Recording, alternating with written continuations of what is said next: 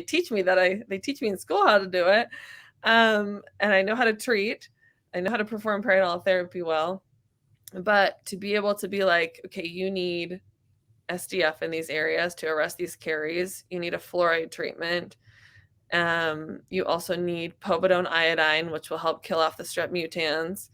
You need your gingiva is super inflamed and infected, so let's do a sulfonated phenolic. Like bringing those things into my practice that I have researched and felt like are important for the patient was just like life changing for me.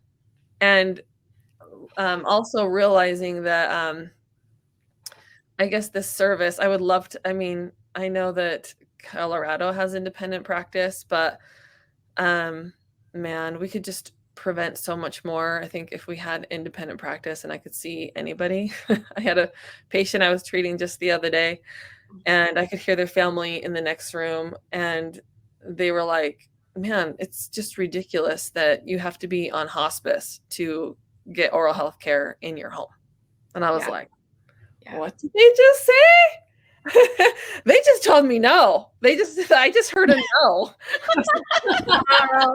This has got to change. This has got to change. There's all sorts of models. So if any dentist is listening out there, we're not going to take hygienists out of the operatory and out of your practices. There's patients who still very much so want that service, and they're going to keep coming. But there are some patients who, they don't want to go into a traditional dental setting, and they're not getting care because they maybe don't want to go. We need to be able to provide care for those patients. And so, yeah, I think in our next generation of hygienists, independent practice, independent practitioners, whatever model that looks like, and however we need to collaborate that to make sure that the patients are safe, of course, and getting excellent care, great, but it needs to happen. It definitely needs to happen.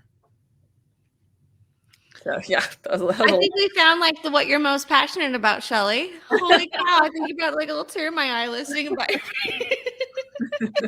I love everything about that. I actually did not know that Danielle Evans did this in St. George. Amanda and she actually just invited us down. We're going to be there for the Southern Component next weekend, and